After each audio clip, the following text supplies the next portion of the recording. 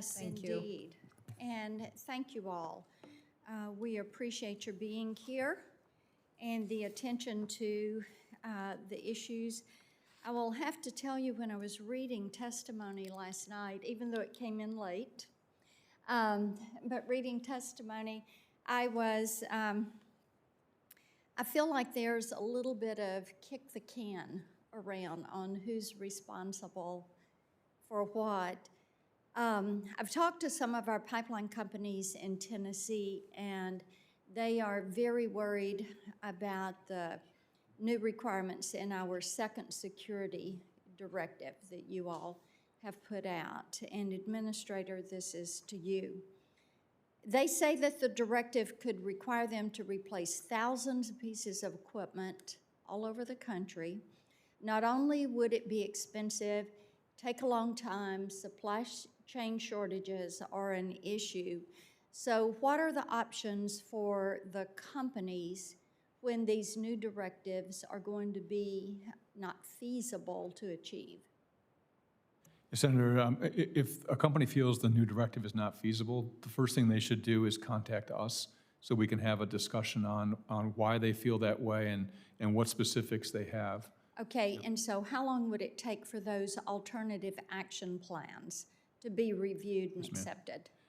Sometimes they can be relatively quick, a matter of days. Other times they're more complex, and what we're trying to do is figure out security outcome equivalency. Sometimes that's a little bit more complex to do, but there's a dialogue ongoing as soon as they submit it. So you are looking at this as a directive and not a mandate?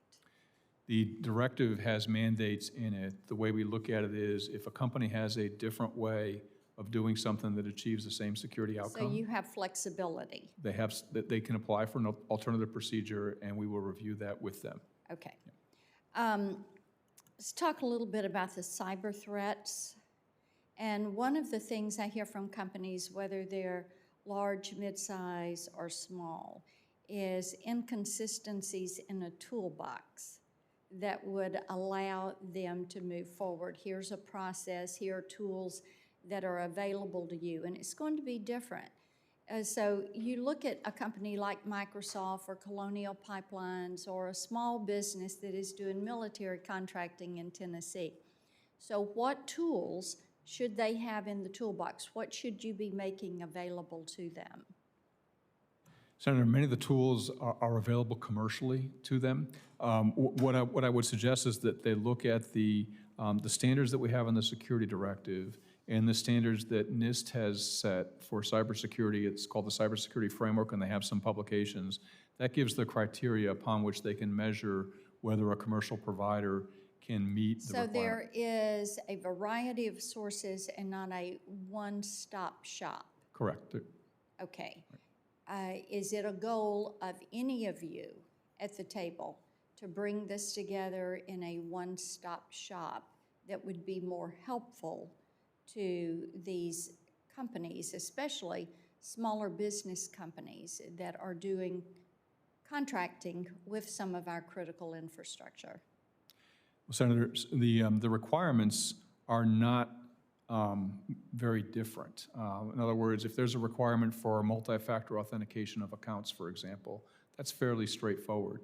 What I was suggesting is there are different sources of assistance that companies can access to meet that standard. So it's not a different varying degree of security.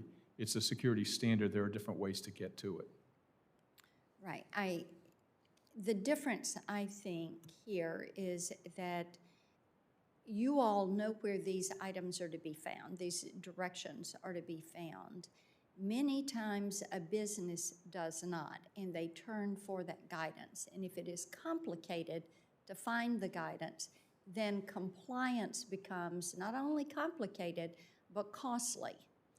We want to help and do our part in making certain the proper prevention and response mechanisms are there.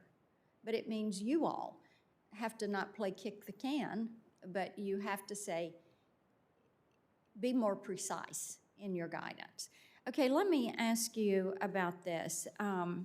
In your testimony, You said this, that TSA is yet to identify or develop data sources relevant to threat, vulnerability, and consequence of security threats.